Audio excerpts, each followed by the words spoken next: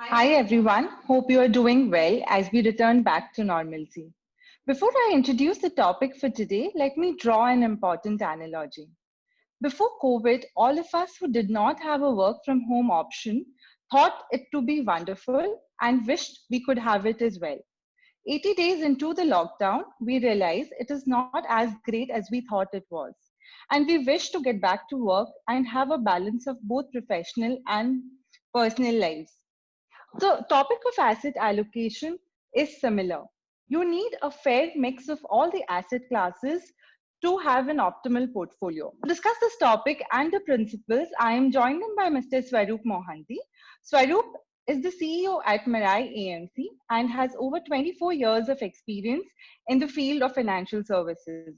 Prior to Mirai, he has been associated with Franklin, Kotak, Religare, and Aditya Birla Sun Life AMC. Thanks, Varup, for joining in, and it's a pleasure to have you. I hope you, your family, and the entire team at Mirai are doing well. Yeah, thankfully all good. And who had thought that we would be locked down at homes for such a long time. But thank you, Megha, for doing this with me. And I look forward to having a meaningful conversation now. Thanks, Swaroop. And the first question that I would have for you, Swaroop, is that when an investor is looking at asset classes, he has various options to choose from fixed income, equity, to complicated and exotic products like cryptocurrencies, BMSs, structures, etc. So, what are your important considerations what an investor should look at before deciding which asset class to go for? See, Megha, when we started some 20, 25 years ago, we never knew what asset allocation was. I wish I knew it then, but we used to invest on a whim.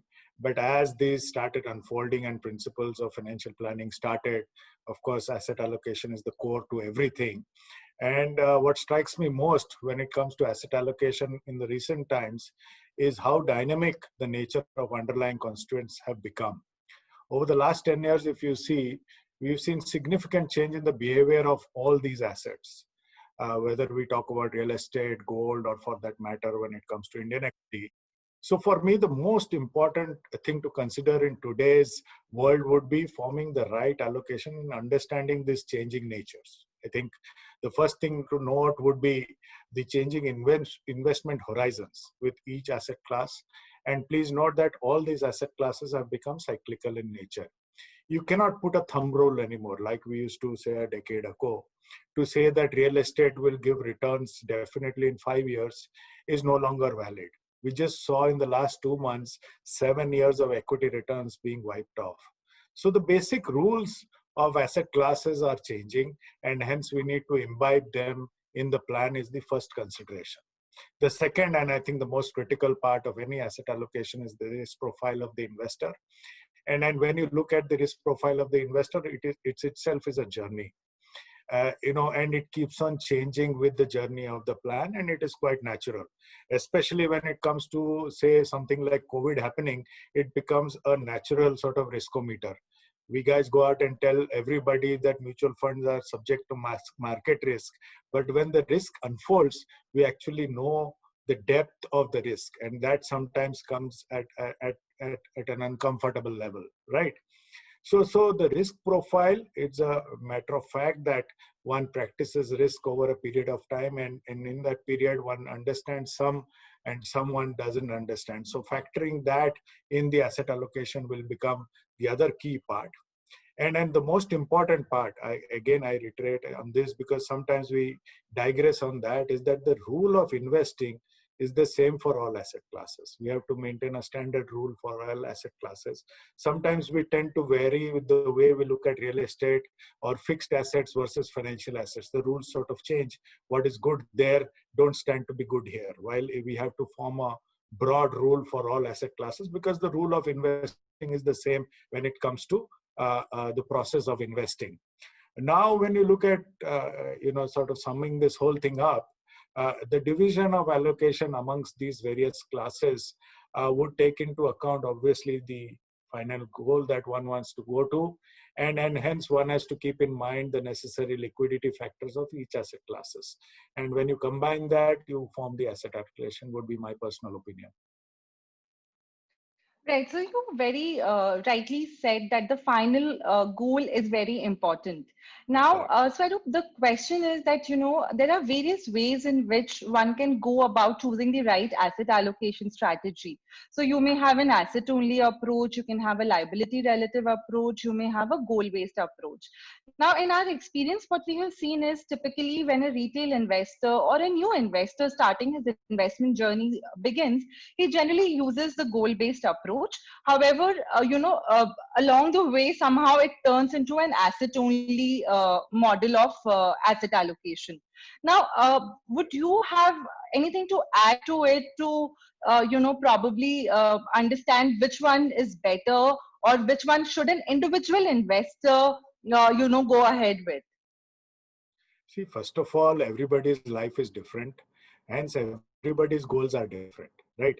When they start their goal-based approach or start financial advising, the amount of money they have would also be different. So the approach would be different for different people. What could be common, as you rightly pointed out, is that I would agree that it's the progression from a goal based to an asset based is a logical approach for any financial plan. I mean, as the journey unfolds and milestones are achieved, it is better to tend towards assets. I mean, that only not only secures the plan, but also makes it more tangible. The quicker one gets out of liabilities, the quicker the financial freedom sort of comes. And that's the whole focus of why we are investing, to reach a certain level of financial freedom. See, I do agree that it is very critical to start with a goal-based approach, because it comes with its own advantages of making it a secure path, giving it a tenure, making it measurable. So all those advantages of a goal-based plan are there. So it is always prudent to start with a goal-based approach. And then it's very important to get a fix of both assets and liabilities in one place, and then progress with the destination. And obviously the final dream is to reach a place where your future liabilities are sort of paid out of the passive income which your assets sort of generate. That would be the day when you would consider yourself to be financially free and not bother about generating income to sort of feed your own needs. I mean, that's when you reach your financial freedom. See, I've always been fascinated by the simplicity of the asset and liability debate, which the great Robert Kiyosaki puts into place. I'm really floored by the fact that he makes it so simple. It's otherwise a very complicated sort of process. And his theories on cash flow quadrant, which leads to the generation of passive income, is something which I go back and read over and over again, because every time I read it, I get to become better in understanding this entire process of asset allocation, and the process that it can lead me to a financial freedom is something which he reiterates, and it's put so simply that it looks very achievable. Right. So, Saurabh, you very interestingly made a point about, how you reach assets and there's a journey involved in it. Now, Correct. as an individual investor, what we have seen is that, the goals are ever changing. The goals are not clearly as labeled as it is for institutional investors, because the needs keep changing, the unique circumstances an investor faces keep changing. Now, one way to deal with it could be that you have a portfolio reserve or a contingency fund, but to take care of you during unprecedented times. But is there anything other than this which an investor can adhere to ensure that difficult times does not change the overall asset allocation he would have designed to meet his long-term goals? See, Megha, I do believe that nothing happens till it does not happen to you, right? And the contingency fund that we are talking about, or the emergency fund that we are talking about, would be a reality not only for individuals, but at say at our end, at Mirae Asset end, we are starting to discuss, do we need to put a contingency fund in place for future such emergencies, right? So post COVID, and now that COVID has happened and it's got us thinking, I think the biggest outcome of this would become a secure contingency fund for almost all of us. It used to be in theory. I do believe post COVID it will become a reality. And the other part which I'd like to find, we are all, I mean, I'm getting into your territory on this, and correct me if I'm wrong, if I'm saying something which is out of the ordinary. I think the way we used to approach financial plans are also set to change. I do believe that as planners, our job is to safeguard our investors from such events going forward. And so what used to be a fairly straightforward, or what we used to call a straight line financial plan, will and should shift to what we can call a more secure, a glide path financial plan, is my observation, right? Because a glide path sort of ensures a soft landing for the investors until their goals are achieved, and as they progress in this entire process. What a glide path does is periodically shift allocation towards safer assets on achievement of certain milestone, right? And hence, by the time you reach your final destination, most of your assets are parked in, say, a safer asset class. It's just a matter or a stroke of luck that I had withdrawn some money for my son's education before COVID. It's just a stroke of luck. But if I would not have withdrawn, I would have to fund that money for his higher education, we set to go now, from other sources. What a glide path will do is secure me from that in such an event. And that's why I think we should progress to that over that. I mean, over the straight line that we used to sort of follow. So what it does, the flip side of this is that it could take a slightly longer time to achieve that goal, but it is a far safer way of reaching the goal, is my submission. So this progression is very essential going forward, because never know what will happen. And then we should be prepared for all eventualities. I mean, if I look at COVID and somebody would have told me that a virus is ruling the world and we are restricted to our houses, it's like a movie story, right? But it is happening. So once that has happened, one should take certain lessons, and the good part is imbibe them in our own financial plan, is a submission.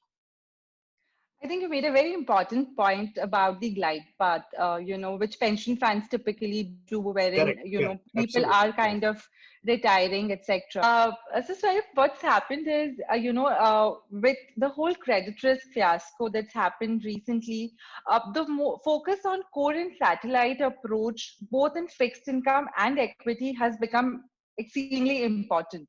So, would you be able to advise our investors who have a 5 to 7 year time horizon as to what should go as a core portfolio, both in terms of fixed income and equities, and what should be a part of the satellite portfolio for both the asset classes again?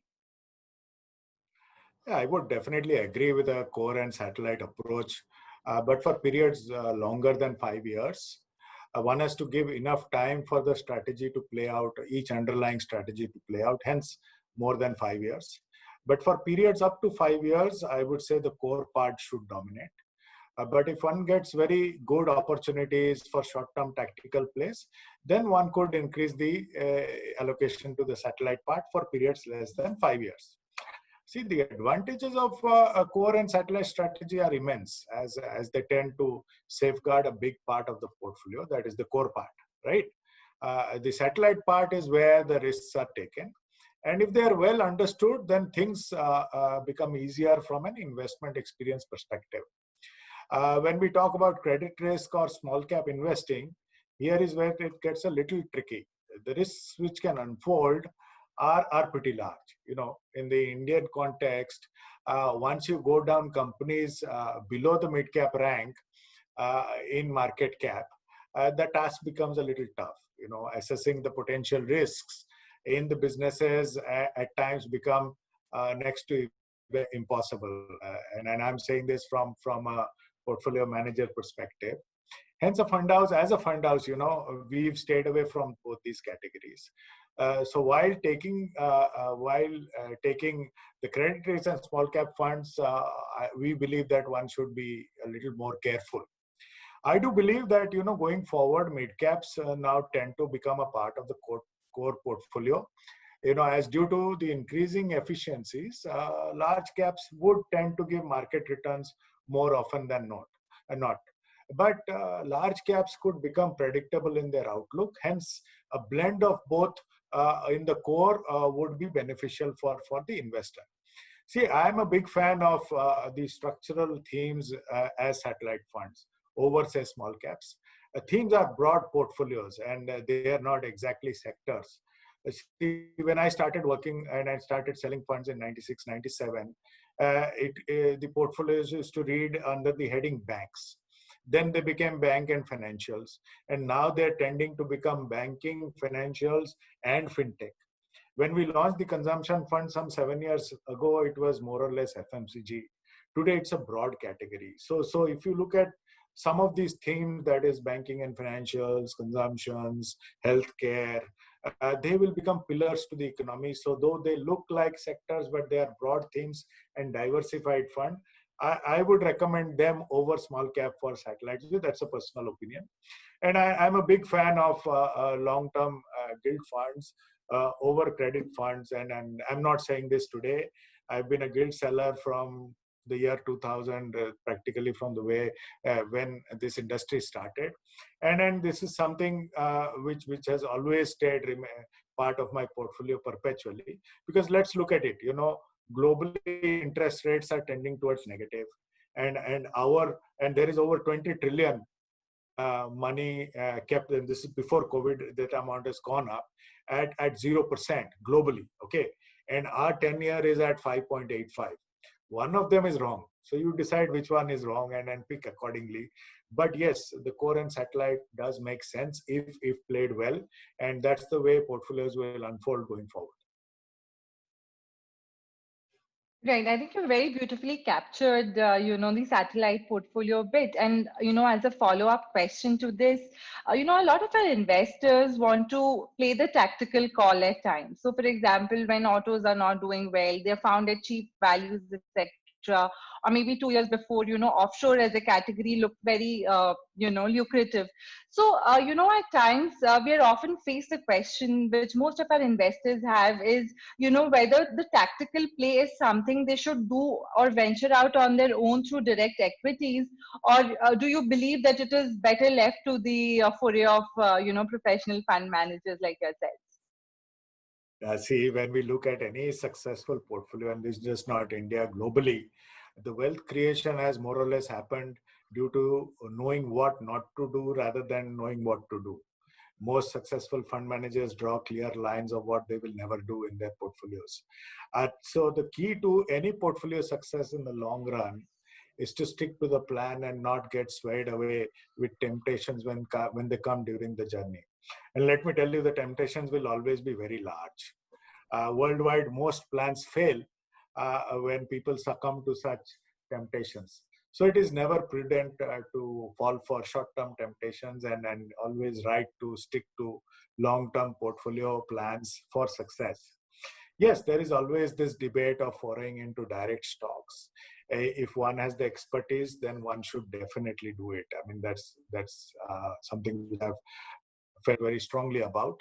But the time required to analyze balance sheets, attend analyst meets, and knowing the company well also comes with the entire job. It's not just somebody saying that this is a good company, hence invest in it. That's not the process. You have to get involved and get to know the company in and out before you invest. That is proper equity investing on the direct side. The side, is this part of understanding the company is not given much importance. And what investors also need to understand that fund managers, after keeping constant vigil on the companies, also go wrong. So it's not exactly an easy job, but if one can do it, then one should. Nothing better than that, right? But I think, I would favor buying the index through ETFs as a better option than going direct, because the merits are large. And then investors worldwide are taking this option over going direct to stocks. The data itself is growing constantly in this favor. I also see advisors, taking the first step in providing bundled solutions on the ETF side, which would cater to the various needs of investors going forward. We would also definitely see the emergence of strong beta products and themes in the ETF side, which would make for compelling buy going forward. So I would feel that, very quickly Indian investors would shift there rather than coming directly to stocks. Thank you, sir, for the very beautiful explanation on, a strategic versus tactical allocation. different facets of asset classes, and your last point on ETFs, because coincidentally today morning I was reading Walton Family Office, having most of its money in passive than in active, and even Exactly. Warren Buffett in his AGM mentioned that when I'm no more there, I've asked my family to put my money in passive S&P rather than keeping it in active. Biggest active manager in the world mentions that. It makes a very, very strong point. So now my question is about one element of asset allocation which is often ignored, and that is portfolio rebalancing. We have seen investors taking a lot of interest when their portfolios are constructed. They take a lot of interest in terms of reviewing the portfolio when the portfolio is at a nascent stage. But over a period of time, after 2 years, 3 years, 4 years, we feel that their behavior towards rebalancing of the portfolio becomes a little casual because they get fine-tuned and accustomed with the existing portfolio they have. Now, there is another challenge which is coming up, which is the volatility in the market. So if we see, what happened in equity market worldwide in March or bond markets last year, the volatility in the market in certain days is so high that it skews the shift in asset allocation from one asset to another asset. So my question is twofold. One, in a normal scenario, what should be the frequency and approach to rebalance the portfolio? And in a exceptional scenario like 2001, 2008, or 2020, what should be the approach to portfolio rebalancing and asset allocation? Harsh, I'm really happy that you are asking me this question, because this is the most important part of the investing process. Creating a portfolio as part of asset allocation is the easier part. Staying on track is the difficult part. So I would like to look at it from two parts, or divide it into two parts. Is that a portfolio needs to be assessed in a regular manner, and then hence there is the review process, and as you rightly pointed out, the rebalancing process. See, at the beginning, I feel it is ideal to fix a review and a rebalance process at the beginning of the process, right? You would tend to put up time frame, and this has to be very clearly laid down between the advisor and the investor, and then one should mechanically follow it perpetually. The more mathematical the process of rebalance is made, the better the process becomes. Say, one would say rebalance on a certain deviation, that should be clearly laid out at the beginning of the process. Okay, that makes the process very easy. Okay, ideally a review should happen yearly, according to me, but in India it's better to do it on a 6-month basis because of the dynamic nature of the market. Please note that once a review period is finalized, then the review has to happen irrespective of market conditions. Why I'm saying this is there is this tendency of many investors not to do it if markets are good. Yeah, but in fact, the right time to meet and check for possible excesses in portfolios are when markets are good. Please remember that the seeds of bad times are always sown in the good ones. True. So whether you meet in bad times or not bad times, anyway, the portfolios are known to everybody. But in good times, it is very important to do the review. It is mandatory, I feel. Okay, because the excesses are created then, and the action is created for the subsequent rebalance then. Yep. So from a rebalance perspective, I look at a period of 3 years. I mean, that's the ideal time, because it would allow most of the underlying assets and the strategies to play out. And one should act prior to that in case of any limit has been hit, which is a pre-designed sort of action you would have put. And if that has been breached, then one could act on it. But a 3 year is a good time to sort of rebalance any portfolio. But everything sort of changes in events of COVID. As you rightly pointed out, look at what happened to the portfolios. And in such events, when margins get deviated so much, the portfolio rebalancing becomes natural. The possible alpha generation, or the opportunities that alpha generation can be created due to timely rebalance during such periods, is what we call a crisis alpha. These are times meant for portfolio rebalancing, and shift this out into the right category and rebalance it. What can happen in the next 2-3 years, once the things normalize, can create that 2-3% alpha very, very clearly. If I'm allowed to give a fund example, and this would be there for everybody, this is just example. This is not selling my fund at all. I have to take my name. That's why I'm giving you an example. Is that our large cap fund was launched in April 2008, and subsequently the markets crashed. That was the last crisis. So the 12-year since inception return is 11.6. The 11-year return, which is April 2009, is 18.6. So somebody bought during the crisis, then created an alpha over his portfolio. So that can happen in such periods. So the balancing is very important. So got your point. And I remember, whenever we have had discussions with you, you have focused a lot on systematic investment planning. And I remember last year when we met, you mentioned about SIPs and debt funds also. And now I think you are again going back to the same thing that, maybe in review also, we should have something like SRP, systematic review planning, which makes a lot of sense, Yes. going mathematical. So, one of the biggest fallacy which Yes, all yes, of us yes. have is that we feel investors are rational, human beings are rational, which is not the reality. We have our own biases, we have our own approaches to investing, which at times are not very, very rational. Now, one of the key things which we often encounter is a mental accounting bias. So, to explain it in detail, what happens, people start bucketing their investment into different buckets without realizing that money is fungible. Somebody whose requirements of money are only after 10 years, he or she wants only to be 100% into equity, while somebody whose requirements are in next 4 or 5 years wants to be only in fixed income. So how do we ensure that these goal-based planners or investors who have goal-based as a key approach to asset allocation don't fall into the mental trap of not treating the money fungible between different allocations and goals which they have? No, I totally agree. I mean, it is a very difficult process, and especially when it comes to investing, all biases can be big hindrances when it comes to wealth creation. I'll again have to bring back Robert Kiyosaki into the picture. When he rightfully says that we tend to accumulate liabilities when we think we are creating assets. That's how a mental accounting bias can do to, or the damage that it can do. I myself was a big victim of this mental accounting bias at one point of time. And I went to repay one of my home loans. Okay.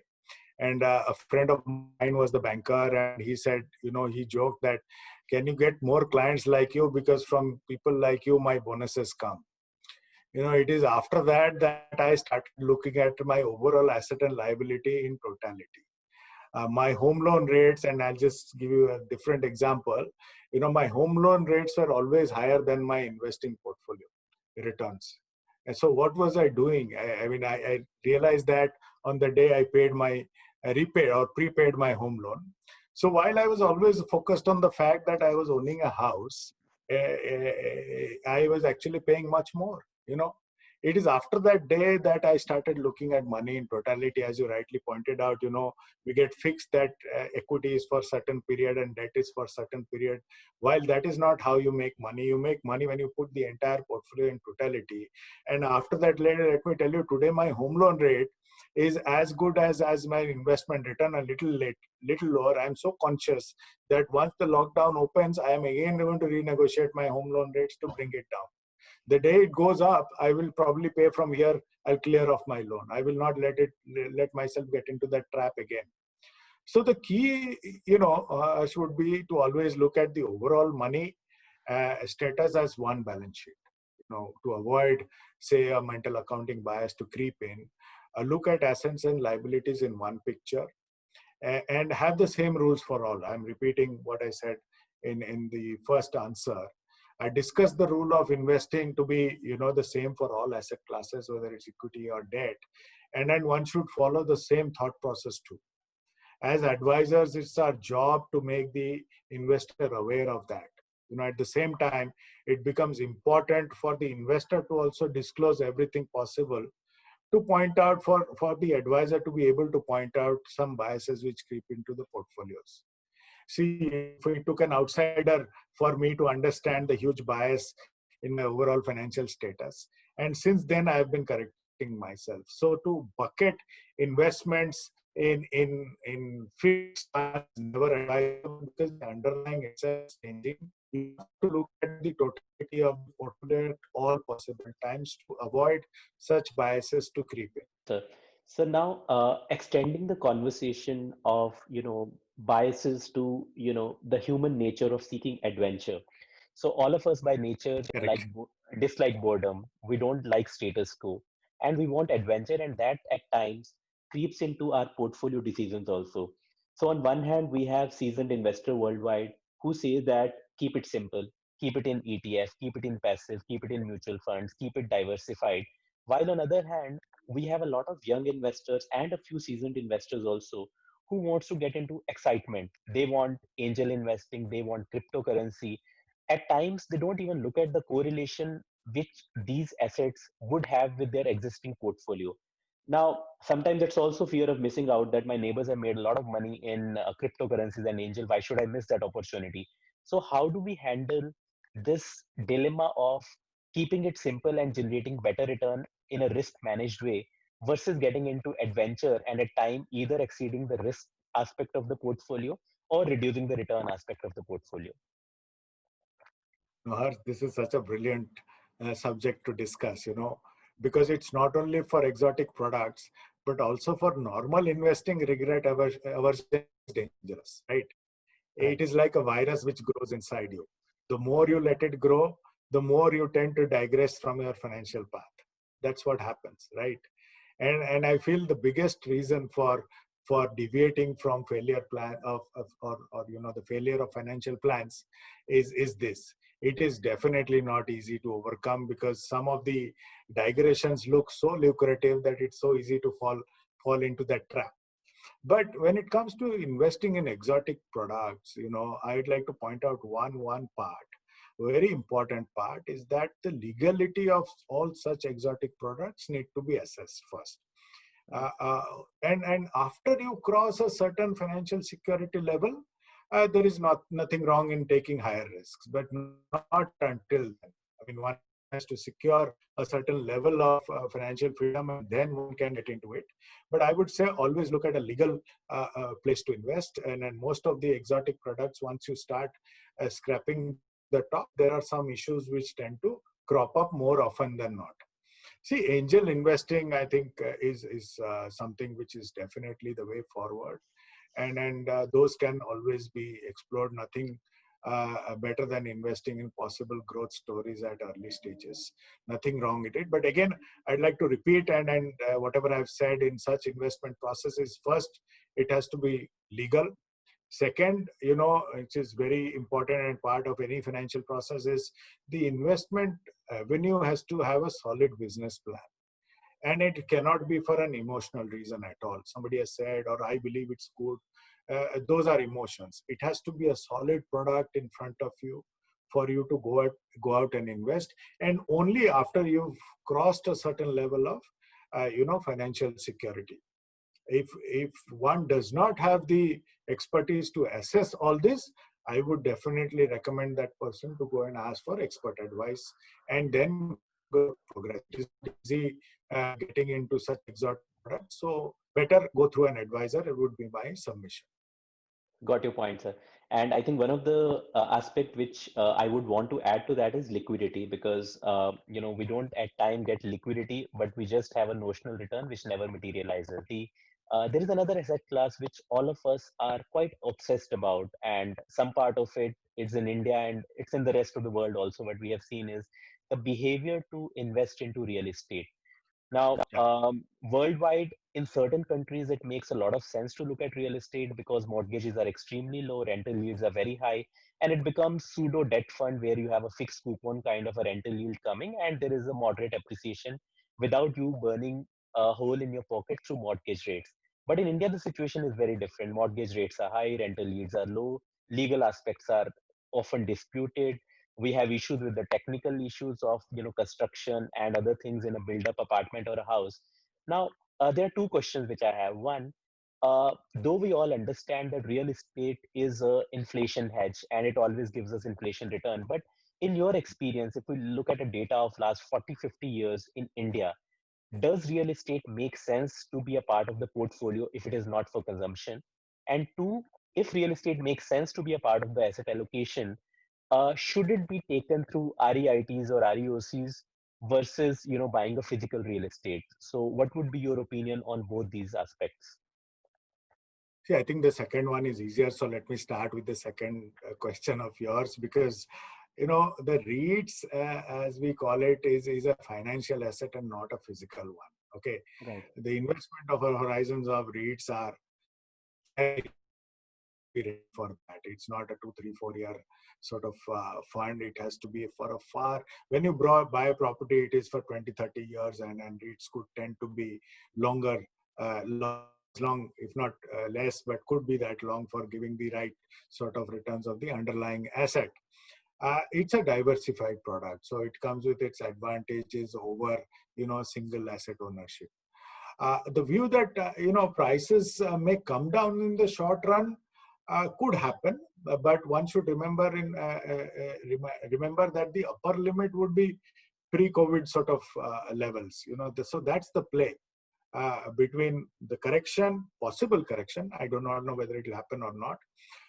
But the play is between the correction and the pre-COVID rates. So one has to take a call on that accordingly, because the supplies have become quite large. But in India, no, it's very interesting when you look at real estate and the divergence that one has seen over the last 5, 6 years, or maybe in the last 7, 8 years, between commercial and the residential. It's as if they don't belong to the same country. They have behaved so differently. And this is when I talk about both rentals as well as outright purchases. It's difficult to sort of fathom that we are talking about a real estate or a residential property in Mumbai versus a commercial property in Mumbai. The behavior has just been the opposite. The prices and and rentals of say the residential have gone south over a period of time, but the commercial part has held on, and because probably the clientele is different, and the approach to the entire thing is different. So my personal opinion is they have to be looked at very differently. You can't look at residential and commercial in the same sort of space. So I would sum up that, if one factor, some amount of downward changes in coupon or the rentals, as we call it, from the real estate side in the short run in the residential is okay.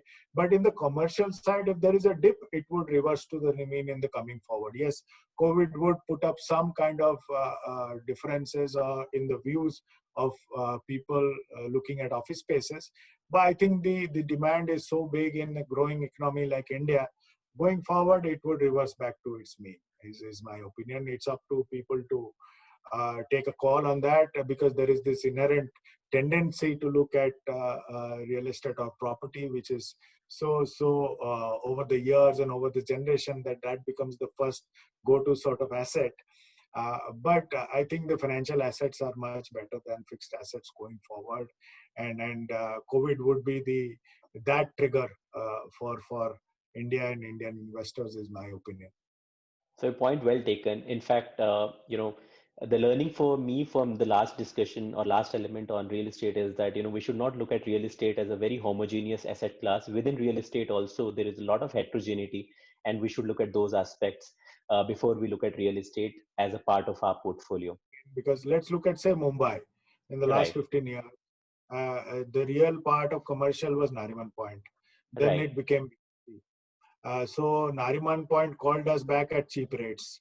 But because he's also sort of reversed to the mean. So that is what happens. But when it comes to residential, and I'll speak for Mumbai because this is the hub of real estate in the country, because some of the prices are atrocious. In spite of supply going, the prices are still holding. Rentals have come down because of the increase of supply, but the prices are still holding. Totally agree. So even in Bangalore, if we see, the commercial real estate has not only changed in terms of its pricing structure, but in terms of its nature also.